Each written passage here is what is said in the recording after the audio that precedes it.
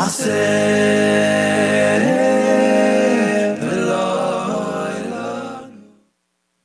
to the Halakha Hour here on J-Root Radio. I'm sorry to interrupt that song. I actually wanted to listen to it myself, but we're running out of time. We got to start already. So let's begin.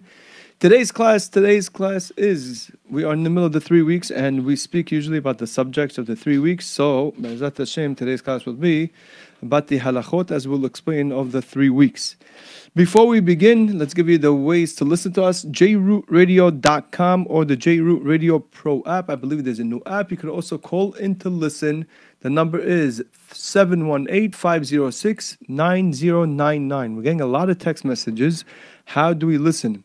And I guess if you won't be able to hear me because you don't know how to listen. Okay, anyway, 718-506-9099. That's a number. Spread it to everybody. That's where you can call in. Just listen to the halakha hour or whatever you like to listen. The numbers to call in, we have somebody to answer the questions. That means he's going to pick up your phone calls and he'll probably take down your question and then it'll be passed to me, and I'll be able to answer it if we're not going to get up to it. The number is 718-683-5858, or you can text in your questions 347-927-8398. I'm going to repeat the text number one more time. You know why? One is because if you need to text us in order to ask a question. Number two is if you want to text us in order to keep the radio station alive. You know, there's a halakha that says that when you see another Jew going down, you're supposed to help support him before he actually falls. Rashi explains, because imagine a person who's about to fall, and he needs support. So much easier to support a person on the way down before he actually falls. Once he falls, then you have to pick him up. Picking him up is much harder. Says Rashi, it's the same thing also. When it comes to financially supporting somebody else, a person who's on his way down, support him now, the Torah obligates, before he actually gets on the floor, because once he gets on the floor, it'll be much, much more difficult. And that's, unfortunately, it's very serious. We speak about everybody always needs money. Every Torah institution in the world needs money. There's no such a thing, that any Torah institution has all the money. At least not until we have the Beit HaMikdash. So, you always hear that there's always an appeal for money, but really radio, the J-Root Radio, which we've come to love and has become part of our family, part of us for the last couple of years, is really, unfortunately, it's in a very, very, very dire situation. We're hanging by threads to our lives, and we need your support. Unfortunately, it's falling on a few people, and even those people are already, the funds are just running out. So anything could help. Yes, anything could help. A few dollars here and there. You might think, what's it going to do? It does, because your few dollars and your few dollars, and we have now thousands of listeners, tens of thousands of listeners. So a few dollars from tens of thousands of listeners will go a long way. It will keep us up, keep us on. True, we're not on the FM, we're not on everywhere, but that's the idea. We're trying to build it more so we could be available to everybody and everywhere. So please, 347-927-8398. You know that I usually don't make any appeals on the radio. That's not the place for it. It's a halakha hour, especially that we're late. But if we want the halakha hour, if we want Let's Grow Together with Mordechai Weinberger, or if we want Rabbi Tahana, if we want whatever we want that, Baruch Hashem, that the radio provides and much more, we need to get together and Be'ezrat Hashem support this wonderful station, organization, and Be'ezrat Hashem, we should see Yeshuot v'Nehamot Be'ezrat Hashem on a personal level, of course, on a klal level, of course, with the ultimate Yeshua, with the building of the Beit HaMikdash. Okay, now let's get to our class. Our class, Be'ezrat Hashem, will be on the halachot of the 3 weeks, including everything all the way up to Tisha B'Av, but it's a 2-part series. So let's begin, first of all, with the times and dates for this year, Tafshin Ayin Zayin 2017. We're already in the middle of the 3 weeks, but we're going to give you the dates anyway when they started in case you just woke up. The Sheva Asar B'Tammuz, which began the weeks of Ben HaMetzarim, the 3 weeks of Ben HaMetzarim, began last Tuesday, July 11th, 7/11. Yeah, that's a good way to remember it. Rosh Chodesh Av, which means we begin the new part of the 3 weeks, which is the 9 days, that will begin this Sunday night, July 23rd. And of course, July 24th is Monday. That's going to be Rosh Chodesh Av. It's also the yahrzeit of Aharon HaKohen. The Shavua Shehalbo, which is a week of the B'Av, is going to be Motzei Shabbat, July 29th. That's not the Shabbat, but a week from the Shabbat. And then Erev Tisha B'Av, which has its own halachot, and obviously the night of Tisha B'Av will be Monday night, Monday night that is, and Tisha B'Av will be on Tuesday, August 1st. So which means that the fast begins already from July 31st in the evening. What time does the fast start? That's probably the most common and important question that everyone wants to know.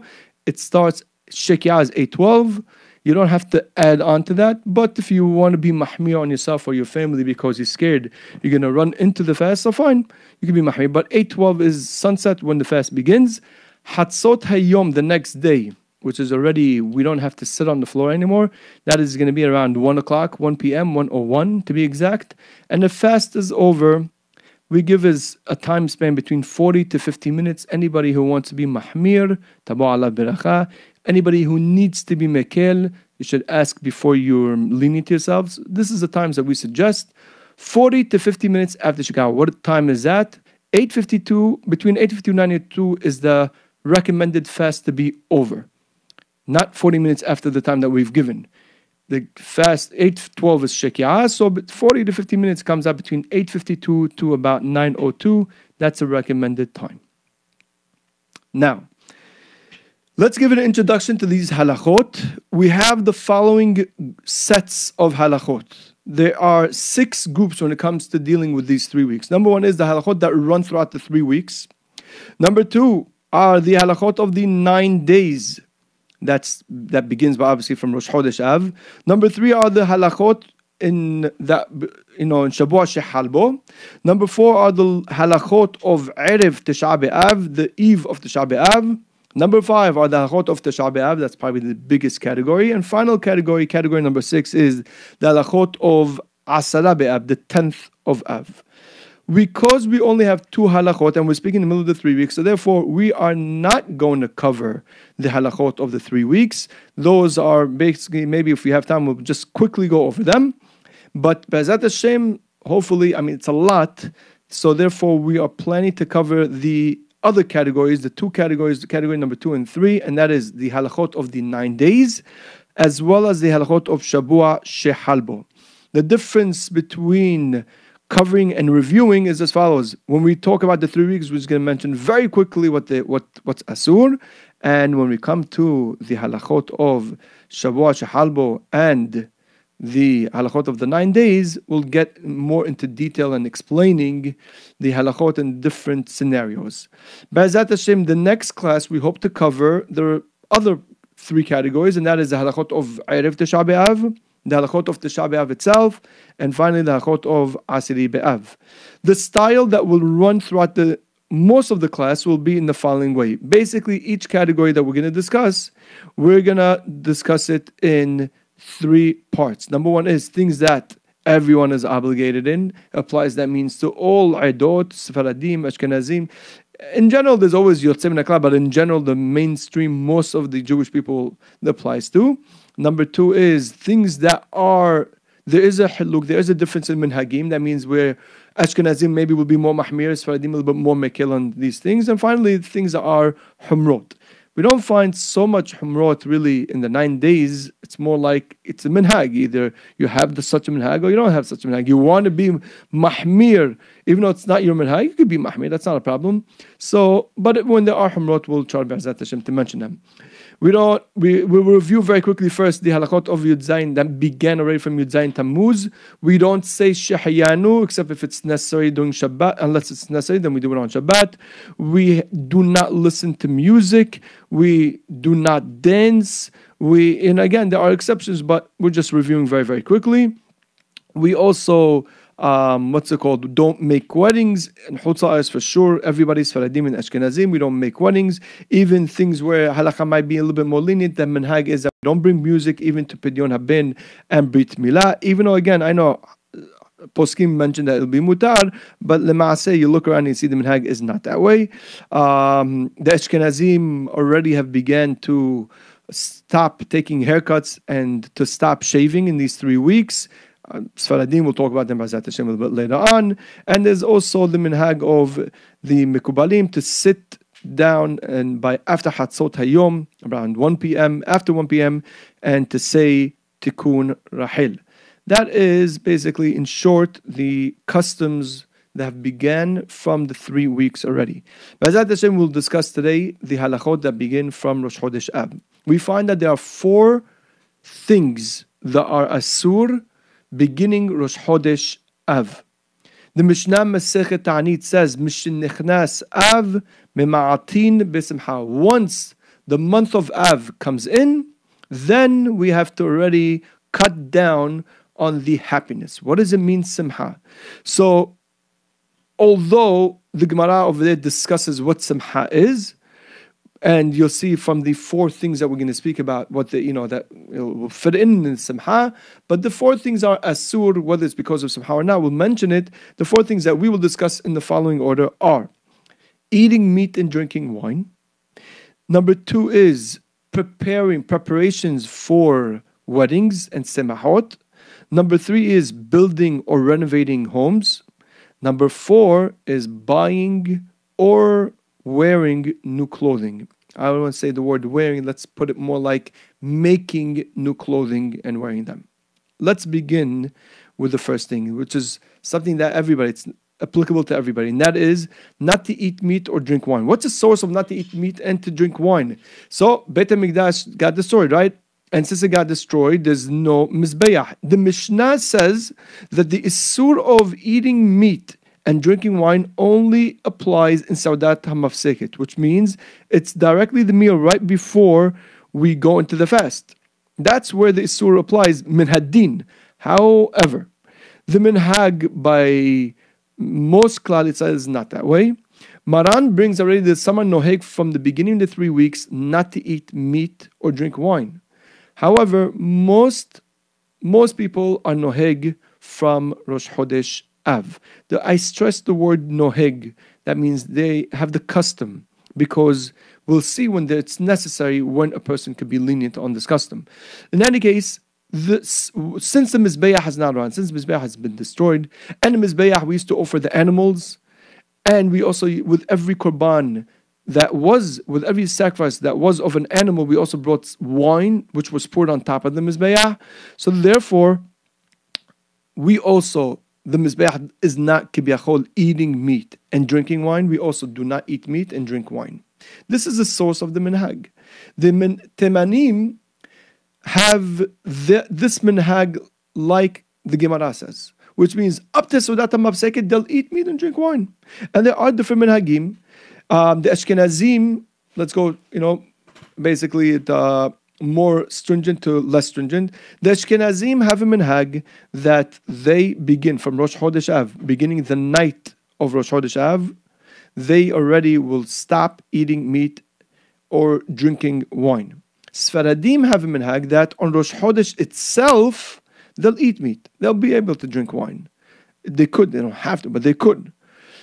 But already on the second, that means once the first Rosh Chodesh is over, then the minhag applies. We don't eat meat, we don't drink wine. Sfaradim don't eat meat or drink wine. Even amongst the Sfaradim, Nahar Mitzrayim, which is the Egyptian minhag till today, the Yotzei Mitzrayim, yes, I know we're all Yotzei Mitzrayim. I'm talking about specifically the people actually who just left Egypt within the last 100 years, or they think they came from Egypt. In any case, the people who lived in Mitzrayim, they have a minhag of eating chicken. Let's talk about it now. Yeah, chicken is also included in the minhag of not eating meat. Even though the korbanot that were brought in the Mizbeach, on the Mizbeach, were only of animals and chicken, there was no korban of a chicken. No. There was never any time that a person brought a chicken as a korban, and kaparot is not a korban either, Rabotais, but still, the minhag is that we don't eat chicken, and it's just like we don't eat meat. However, the people who are Yotzei Mitzrayim, the people from the Egyptian Jews, do eat chicken in these days. They could eat chicken in these days, even the adults.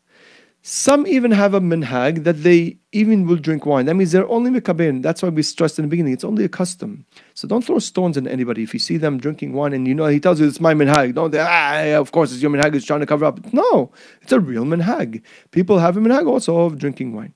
Now, according to almost all minhagim, fish I say almost all. I don't know all the minhagim. From what I've seen in the Sefarim, I've seen this. Fish, even though technically it's meat, but it doesn't need shahita. Fish is okay.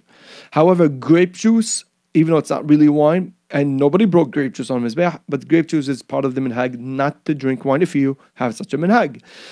Also the minhag of not eating meat, the minhag has become that even food which was cooked with meat or cooked with chicken, even though you're not eating the piece of meat or you're not eating the piece of chicken, also has become that it's asur to eat such a food. My general rule is, the way I understand, or the way I put it, is like this. If you have to wait 6 hours on the food that you ate, then we don't eat it during the 9 days. That means somebody cooked spaghetti with meatballs. Now he's not going to eat the meatballs. He just wants to eat the spaghetti. On a normal day, he would have to wait 6 hours in order to be able to eat dairy. Therefore, this is going to make this spaghetti now forbidden during the 9 days. However, although you cannot eat food that was cooked together with meat, it is 100% mutar and even lechatila to cook parv foods in meat dishes. That means you have a pot that you usually cook with it, not the challah, but you cook the meat inside that. You have the meat pot. You have your meat pot that you usually cook with it meat all the time. As long as the pot is clean, you could cook parv foods with it, and you do not have to wait 6 hours. The food is 100% parv. You could have your coffee with milk right after you eat that food. If you want to have it together with the food, that's already a different shiur of not, but not lo hazman akshav. Okay, next, children. Technically, min had din. Again, we're not dealing with din, but technically from the din of the minhag, children under the age of 12 years old, for the Sfaradim, that is, there's no problem for them to eat meat or chicken. A lot of questions. Could kids eat? Certainly, if they're under the age of 5 or 4, where they don't understand what's going on. They don't know, but the Beit HaMikdash was destroyed. Huh? Does that mean we can't go on the trip on Sunday? No, forget it, right? So they don't understand. They could for sure eat meat, even according to the Ashkenazim. The Ashkenazim are a little bit more stringent. If children are able to understand about the Hurban, they're able to understand about the destruction of Beit HaMikdash, then they won't give them meat. For the Sfaradim, a person can be lenient, and certainly everybody will agree. If a person is told by a doctor that you need to eat meat, for sure he could eat meat. But in that case, it would be preferable that they have chicken. Because, again, all these are different minhagim. The conclusion that we're giving you is based on many different opinions. This is the better way. If they can have chicken instead of meat, then, and those who need to have it, then they can have it. But if a doctor tells you must eat meat, okay, so you must eat meat, you go eat meat. Okay. Next, what about if a person wants to eat by a mitzvah? What does that mean? That means during the 9 days, there's a mitzvah, there's a sa'udat mitzvah. What is a sa'udat mitzvah? Sa'udat mitzvah could be one of the following, and that is, it could either be a brit milah, or a pidyon habin, or it could be a person who's making a siyum. All of these things are considered a sa'udat mitzvah. Person is making a meal and all of these things, that's called the Sa'udat mitzvah. So, could you eat meat? Could you make it out of meat? And the answer is like this. If it's a Brit Milah, that's the time. What are you going to do? If it's a Brit Milah, then you can have meat during the 9 days. However, the Ashkenazim hold that if it's during the week of Tisha B'Av, that means if it's during Shabua Shehalbo, then only a minyan metzumsam. The Rama says only specifically 10 men could have meat. You got to choose which 10 men, and if you can't, just make it dairy. By the way, it's cheaper anyway. In any case, so that's how it is. If it's a Sa'udat mitzvah like a Brit or Pidyon, which is this is the time and it has to be done during the Shavuot Shehalbo, then according to Ashkenazim, the Mahmir, only 10 people could have meat. The Sfaradim, they hold, if it's a mitzvah, like any mitzvah, as we'll learn soon, that when it involves a mitzvah, you can have it. What about a Siyum Masechet? Can I make a Siyum? Not Siyum. Doesn't have to be during the 9 days. I can make my Siyum anytime I want.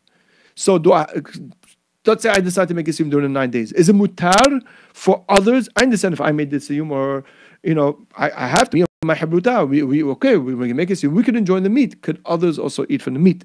And the answer is yes. However, in such a case, you have to. There's a mahlok. There's obviously there's ways of how to twist it and make sure that everybody can have meat. So therefore, Hacham says, you could plan to make the siyum during the 9 days as long as you learn it consistently. That means you can't finish a Masechet right before Shavuot. Say, you know what, let's hold off to the Siyum. I have some extra steaks that I want to finish. Let's keep it for Salat Mitzvah during the 9 days so I can have meat. Right? That you cannot do. Salat Mitzvah. Anybody who is a regular guest that normally would be invited, he's allowed to eat meat. But a person smells the delicious barbecue, says, what's going on over there? We're making Siyum. Oh, Siyum. Oh, you're making Brit Milah or Pidyon, you're making delicious meat. I'm going to go just so I can have the meat. I'll give my, nice gift of 99 cents. Make it 2 fidget spinners even, and they get $5.99, okay? And I'm going to go enjoy my meat. Nah, says Hakam B'tzeh, you can't do that. You can't go and stick yourself in because you just, in this that mitzvah just to have meat. If you're a regular guest, you normally be invited, then it's fine. Now, another difference we find by Ashkenazim Sfaradim when it comes to meat and wine is that when it comes to a mitzvah, drinking wine by a mitzvah, for example, Havdalah is the most common thing. Shavuot Shehalbo, we're going to do Havdalah, right? By the way, on Shabbat and Yom Tov, no, excuse me, there's no Yom Tov during the 9 days, believe it or not. That's a good trick to ask people. No, which holiday falls out during the 9 days? Which Yom Tov? Okay, anyway, I'm kidding. So, Shavuot Shehalbo, let's do Shavuot Shehalbo. You're going to come out of Shabbat. Shabbat, you're allowed to eat meat, you're allowed to drink wine. After Shabbat, when you're making Havdalah, you're making it on wine or you're making it on grape juice. Are you allowed to drink it or not? So Sfaradim hold way, of course. It's a mitzvah, no problem. Not only that, according to the Sfaradim, if you are a person who's usually makpid, who's careful, that when you make zimun with 3 people, you always do it al kos shel yain or a cup of grape juice, then you're allowed to even drink the kos shel beracha by berachat hamazon. If you're a person that's usually makpid, but if you stam, you want to drink wine, and therefore you're going to make it, you mix it as, what's it called? You're going to make a zimun now on a cup of wine, so then no. But if you usually do, yeah, you could do it. Ashkenazim, however, hold lechatchila. If there's a child, give him to drink. That means we make Havdalah according to Ashkenazim, they'll give it Shavuot Shehabo, and that Havdalah and Shavuot Shehabo, they'll give it to a child to drink. If there's no child, then the adults could drink the cup of wine during Havdalah. Question. The question here is, what if a person picks up food by mistake during the 9 days, he makes a beracha, and right when he finishes the beracha, he remembers it's the 9 days, and I can eat meat. He picks up a piece of meat or food that is meat that that's forbidden part of the minhag, and now he made the bracha already. And now he remembers that he's not allowed to have it. What should he do? Should you just say Baruch Shem Kibbutz Chotol Olam Va'ed, which is what we normally say when we say bracha lebatala, or should you have a bite and break the minhag? And the answer is that being that I have a minhag that I have 2 things that are going to be broken. Either the minhag of not eating meat is going to be broken, or the Issur of Bracha Lebatala, which according to some poskim, it's considered Deoraita, is going to be broken. So obviously, the obvious answer is, don't do the Issur of Bracha Lebatala. You have to break one, break the minhag. Better that the minhag of not eating meat and wine during these days breaks than for you to transgress the Issur of Bracha Lebatala or Bracha She'enat Sericha. Next. Leftovers from Shabbat. What can we do with leftovers from Shabbat? Like we said, Shabbat, you're allowed to have meat, you're allowed to drink wine. Now you have some food leftovers. So, based on the combination of the different poskim, Acham B'Tzeh says, no problem, Motzei Shabbat, you can have it, no problem. However, Acham B'Tzeh is not so easy to let it go. So therefore, we took Acham B'Tzeh's approach because if you can do it, you can do it. So it goes like this. What's the problem? Oh, if you look at the poskim, they were worried when they were matir for a person to have the leftover Shabbat food on Motzei Shabbat. This is, by the way, this doesn't mean you can take the cold cuts and you can make a sandwich. We don't want leftovers. That if you don't eat them, it's going to be wasted. It's going to be thrown in the garbage. So therefore, the question was, is it better that I throw my food in the garbage and waste food, which could be bat tashhit, or can I eat the leftover? That was the original question. So therefore, nowadays, put it in the freezer. It's not going to be wasted. It's going to be frozen. And even if the B'Av would fall out by the end of the week, they could take it out. Hello, what do you think caterers do? They have the food cooked from the beginning of the year, from Mishana Leshana, from Pesach to Pesach, they're cooking the food. I'm kidding. Don't get offended. But some of them do actually do that. They put the food in the freezer, you order, or whatever it is, they have to have it ready. You know how many parties they're doing? So therefore, nothing happens to it. Just warm it up, take it out, let it defrost, warm it up, put it back in the oven again. It'll be fine. You don't have to throw it out. So if your leftover food is something that could be saved, because you know that if I don't eat it on Motzei Shabbat, I'll be able to eat it later on, mutar. If that's not an option, because, let's be honest, a lot of times if we don't eat it on Motzei Shabbat, then we're just going to throw it out. Even if I put it in the freezer, it's just going to stay there till my wife yells at me and makes me throw it out. So in that case, then better if you could give it to children. Remember, children under the age of bar mitzvah, even according to Ashkenazim, it's better that they have it because it's a little bit more lenient. Certainly if you could give it to children under the age of 6. If that's also not an option, and he's a person that usually eats leftovers on Motzei Shabbat, then okay, that could have better. But otherwise, if all those options are not available, then you could have it. Then you could have the meat on Motzei Shabbat, because that is better than you having to throw out the food. Another few points to keep in mind before we move on to the next thing that's asur during the 9 days, and that is cooking with wine is forbidden as well, if your minhag is not to drink wine. Chicken powder for soup, Hakam Vadia Asom, that he says, they have some chicken powder, the real chicken powder, not the fake ones, just the chicken flavor. So if you need to make that out of soup, he's lenient to make it. I don't know if other people might be holek, but I saw that's heter. Tasting food on Friday, l'chvot Shabbat, is permitted, but that's only tasting. You can't come home and have a full plate and say you're tasting. Tasting to see if the food is good. There's an anyan to taste food, as we discussed in the Chota of Shabbat, that there is a very hashubi thing to taste the food, not only to find out if it tastes good, but also just a little taste, because to'ameh hayim zachu. Also, wine is the only thing that's forbidden. Alcoholic drinks, beer and whiskey and the like, Rashi Tevot Yaakov, which is besides the Yud, which is Arak, Kof is cognac, Vav is whiskey, and Bet is beer. Okay, all these 4 things are not asur, even though they're alcoholic. They were not osir alcohol, they were osir wine. Is it good to have? It's not good to have throughout your whole life, these kind of drinks. Only on Purim drink a little bit, according to some opinions. But otherwise, it's not good to drink those things in general.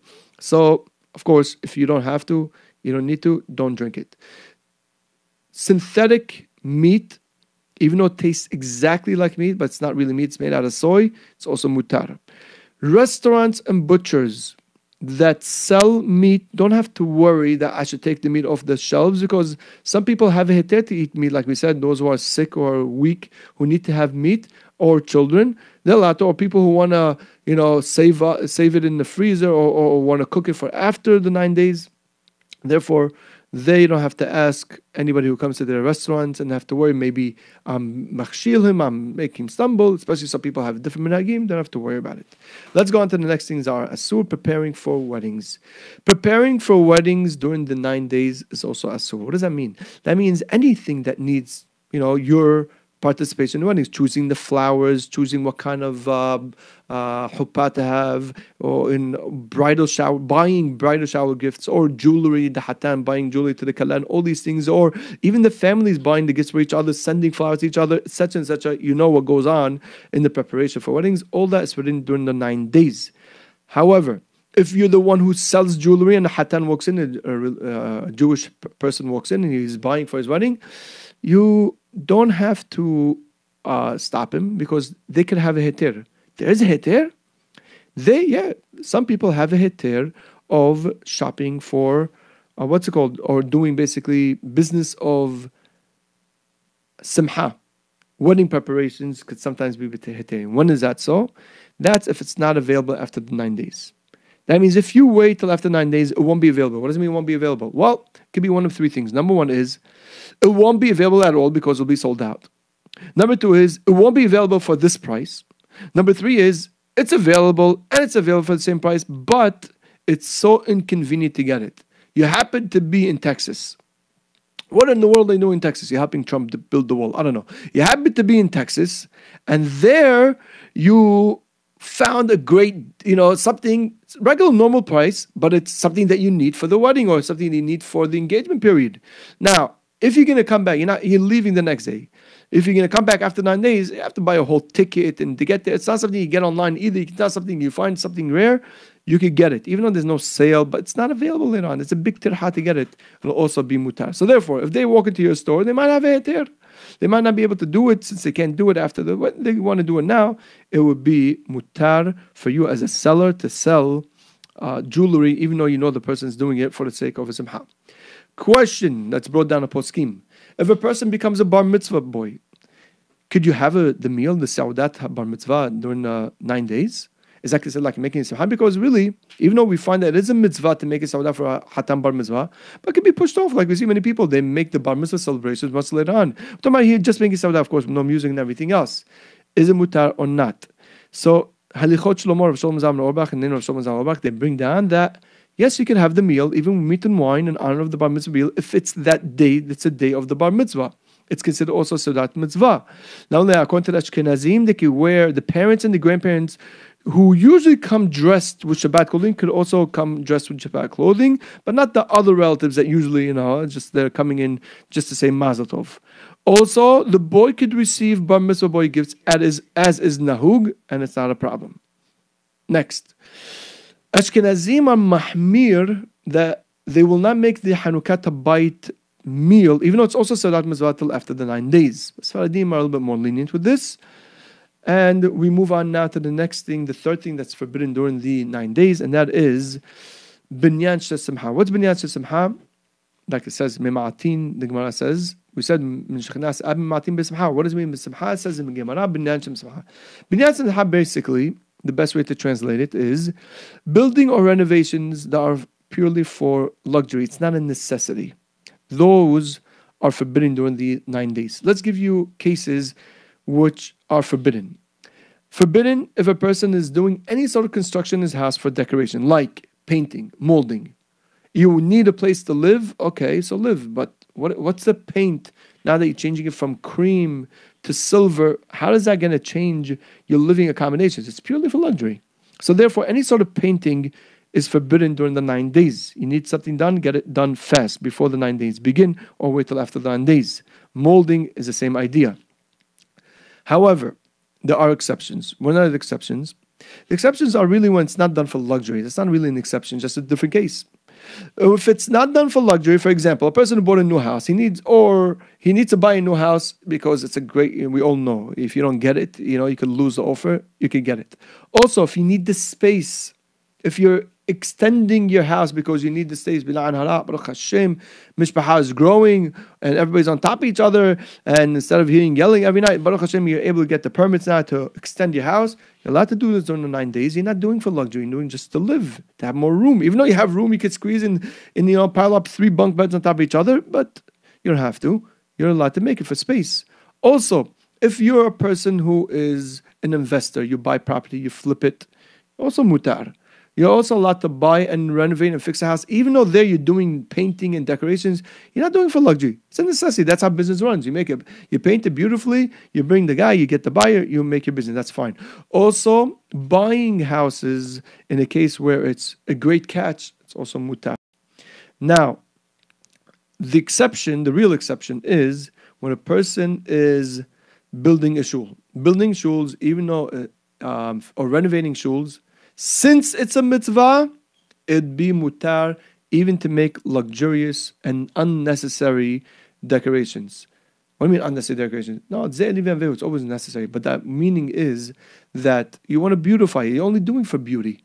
That's mutar. You're not extending the shul, just repainting the shul. It's also mutar. Now, as a shul, or as a rabbi of the shul, as a committee of the shul, if you have a crowd, if you have a kahal that you want to make sure you don't teach them the wrong things, and as a humrah, you want to not paint the shul during the 9 days, it's highly recommended, 100%.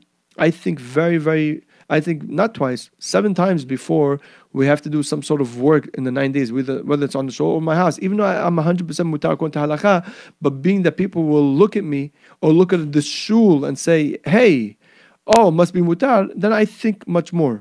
So, of course, there's definitely room to be mahmir, but if a shul has to build or has to paint during the 9 days, and they got a good deal because, Tony is not working for any Jew right now. He's off and he's ready to give you a great cheap price for the shul, so certainly you could do it for the shul.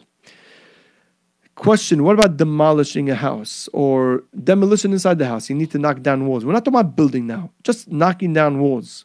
Could you do it during the 9 days? Not building. And let's say, obviously, it's not because you need the space, you're just doing for decoration. So, one who is somech on the matirim, you have a lot of matirim, you could definitely have what to be somech on. Again, it's preferable not to, though. The last category is that is forbidden during the 9 days. That is making or buying new clothing. Let's give you a little bit of a background. Beit HaMikdash had an area called Kodesh HaKodashim. In Kodesh HaKodashim, in Beit HaMikdash HaRishon, we had over there the Aron. The Aron was situated on a stone. This stone was very, very special. This stone was called Eben HaShetiyah. Hazal tell us this is where the world was created from. Everything started from this stone over here. That's that stone. That's why we place the Aron HaKodesh specifically on that stone. Now the word Shetiyah literally means something that has to do with drinking, but the word Shetiyah also sounds like Sheti. Sheti is the threads of a garment, or really the threads of a garment placed in a specific direction. So therefore, there is a minhag, since the Beit HaMikdash was destroyed and the Ibn HaShetiyah lost its significance. Therefore, there is an issur that's brought down, and that is not to make or buy new clothing. This issur applies even if a person is planning to wear it only after Tisha B'Av. It's still forbidden to buy new clothing, even if you plan to wear it after the 9 days. Are there exceptions? Yes, there are exceptions to buying or making new clothing. That means even if you're the seamstress, also it's forbidden for you to make clothing during the 9 days. But there is an exception. In general, the exception is when there's a loss of money. Let's give you a few examples. For example, if you're a seamstress and you have no other income, this is what you depend on. We're not talking about that extra cash. We're talking about that, no, you need to pay your rent, and you need to pay for food, and you need to pay for tuition or whatever it is. So this is what you depend on, then you could do it, but not in Shabbat Shahalbo. Also, if you're a person that has a factory and your factory makes clothing, and you can't shut down the factory because you have a union and you're paying them whether they work or not, so that's a loss. You have to pay all these workers without you getting anything out of it. You can let the factory run. Another exception to making clothing, if you're not doing it to make clothing, but you're doing it because you're learning, you're taking a course, it's also mutar. Also, if you've given it, or if it's been given to you before Rosh Chodesh Av, and you need to work on it going into the 9 days, you're allowed to work on it, but again, you must stop by Shavuot Shahalpo. And anybody who is doing needlepoint for therapy, they need to relax. Some people learn Gemara to relax. Some people play piano to relax. And some people, need to do needlework to relax. That's fine. Better than smoking, trust me. So those who need to do needlepoint for relaxing, it's also permitted. Now, does a person have another heter to buy? Do you have a heter to buy new clothing? Right now you give us a heterim only for people who are working and making new clothing. What about the customers? And the answer is, like we find by other cases, if there's an unbelievable deal, you can't get it afterwards for the same price. I don't like to use the word sale, as we know. Sales are, some people are, some stores are created with the sign sale, everything going out of business. You have a sign that says grand opening, 2 weeks later, going out of business. The store has been there for 25 years. Already they're celebrating their 25 years but they still have the sign going out of sale business, going out of business sale. Not talking about those kind of a real sale. A time when a person cannot get the same item for this great price, then it's fine. Also, it's mutar to buy something that you need right now. Your tzitzit ripped, you don't have another tzitzit, you're allowed to buy new tzitzit. Your shoes are leather, you don't have non-leather shoes, you forgot to pack it with you when you went to the mountains, you're allowed to buy non-leather shoes for Tisha B'Av. Things like that. Also, minor alterations are also mutar, like you want to put back a button, that's fine. A small little patch on the shoe, on the clothing, that's also fine. Also, things that are needed for the sake of mitzvah. Also, mutar, you're allowed to buy tefillin. You're allowed to buy tzitzit, talit, that is. You're allowed to buy sefarim. And certainly you can fix the corners of a tzitzit. Or you mean to say the tzitzit strings, if they're ripped, you could definitely buy new string and make it. That's not a problem. As our Hiddush, the Grot Moshe brings down that, expensive commodities like fridges, couches, cars, washer dryer, things that are like very hashub that people buy that make them happy should not be purchased during the 9 days. Now, this is only asur when a person is buying it because, the couch doesn't look as good anymore. Let's get a new couch. But if you don't have a couch, people are sitting on the floor. You need a couch to sit. That's fine. You need a bed to sleep on. That's fine. But if you want to just get a new look in the house, that's not. Also, cars. One of those guys that has 7 different cars. You want to get another car. During the 9 days, if you don't need that car, no, you cannot buy it. Wait till after the 9 days. Fridges. If your fridge is not working, you could buy a new fridge. You need a fridge. But if you want to get the new look, because you just change everything to a silver look, you just change the dishwasher to a silver look instead of the white look. So, no, you can't buy a new fridge in that case because these are expensive commodities. That's what Moshe brings down. Another point in the 9 days, we're going to go very, very quickly, and that is to avoid going to court against non-Jews. We have a bad mazal during the 9 days, and the bad mazal, some opinions say, goes all the way in the month of Av, goes all the way till Rosh Chodesh Elul. Some say it goes up to Tisha B'Av. Some say only in the middle of the month. According to Ben Ish Hai, he says up to Tisha B'Av. After Tisha B'Av, already the mazal of the Jews goes back up. In any case, whatever you want to be, but there's an anyan during the 9 days that a person should for sure avoid anything that is either dangerous or things that have to do with goyim, like going to court against non-Jews, or basically anything where you are going versus a goy. Your mazal is not good. If you want to win, you want to fight that parking ticket, try to move it to a time after the 9 days, and preferably after the middle of the month, after Tu B'Ab. That's the best time.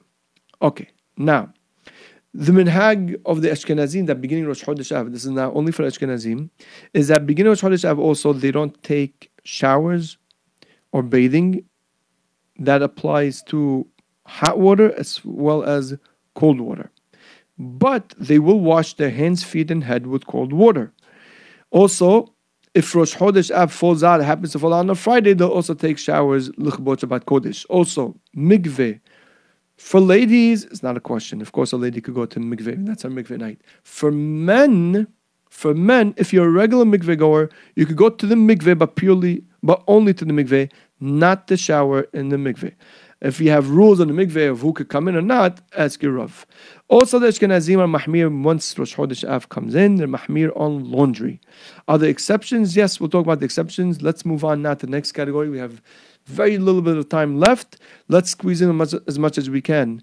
Shabua Shahabo. The next category of halachot is Shabua Shahabo. Shabua Shahabo is the week of Tisha B'Av. These halachot only affect the Sfaradim because there are 3 things that are basically added on during the week of Tisha B'Av, that's Shabua Shahabo, and they are laundry. Number 2 is haircuts and shaving. Number 3 is bathing and showering. These 3 things Ashkenazim already noheg. Laundry and bathing already, they're from Rosh Chodesh Av already. They don't do laundry. Ashkenazim don't do laundry. They don't take showers.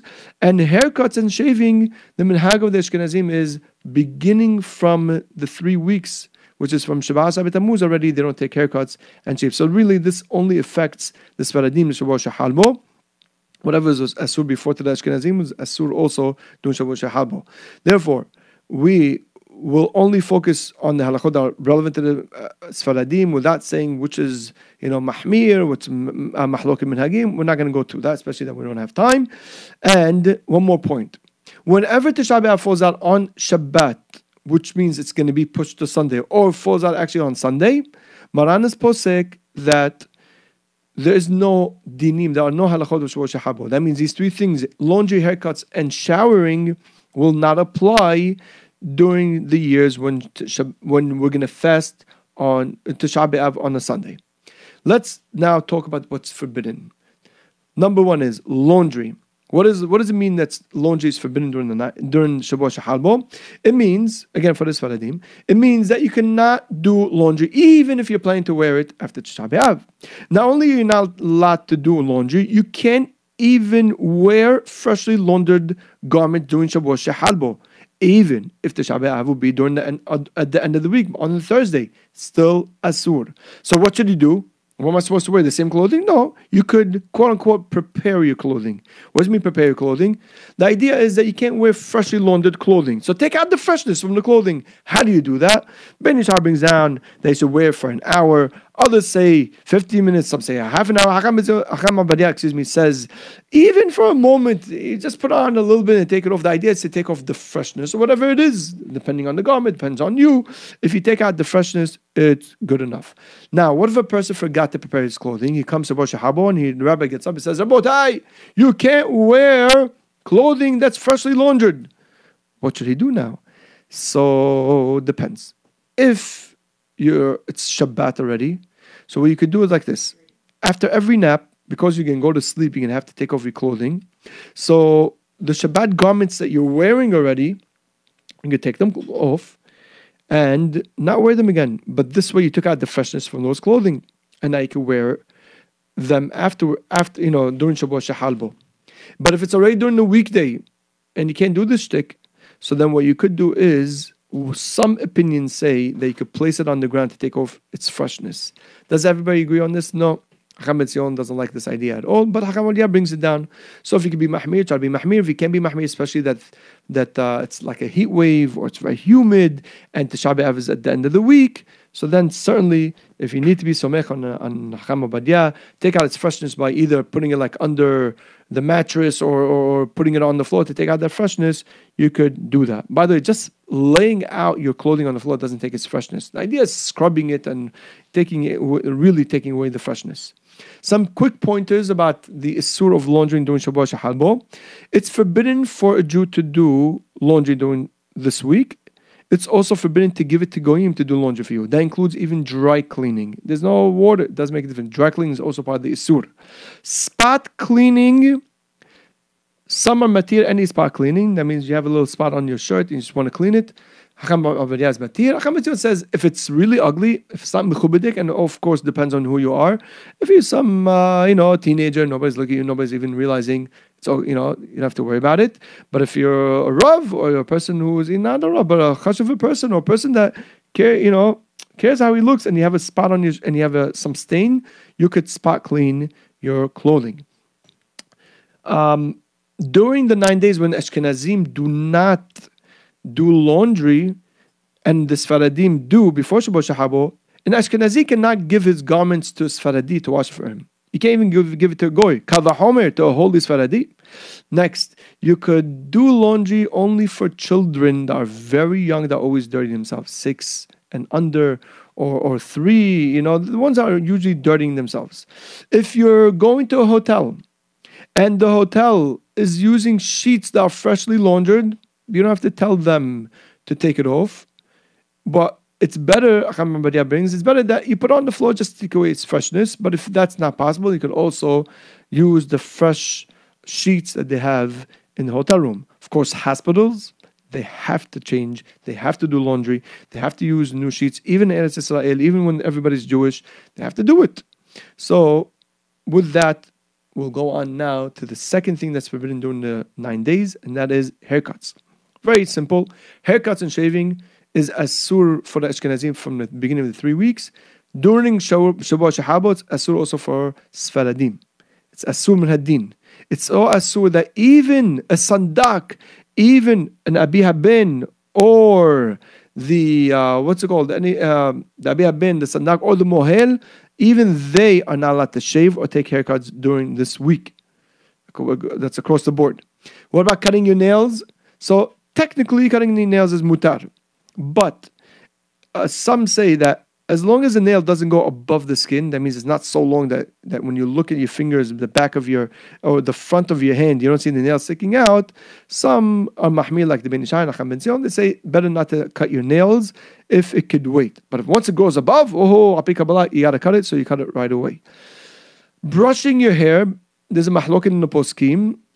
Ben Ishai goes with poskim that are mahmir, not to brush your hair during Shabbat Shahaba. Hakam Abadia brings down from many ahronim that you could brush your hair during Shabbat Shahalbo. And finally, we move on to the final category in Shabbat Shahalbo. What is asur during Shabbat Shahalbo? Bathing and showering. This is a very important thing. No showering with hot water whatsoever. That is asur according to everybody. Nobody's going to be matir showering with hot water. Are there exceptions when it's a mahala, or a person's sick? Yes. For example, if a person has hemorrhoids and he needs to sit in hot water to take away the pain, that's mutar. He's not doing for enjoyment, he's doing for medical purpose. That's the same thing for a lady who's pregnant and she needs to sit in hot water because whatever it is for her condition, it's mutar. Or a person who's holy, it's mutar. Children, babies, infants, we're talking about 2 years old, or little kids even, that need to shower with hot water, it's mutar, even if the parents are going to have to touch the hot or lukewarm water, it's mutar. Now, what about cold showers? So Ashkenazim and Mahmir, they don't take showers beginning to Shab B'Av, even cold showers like we mentioned.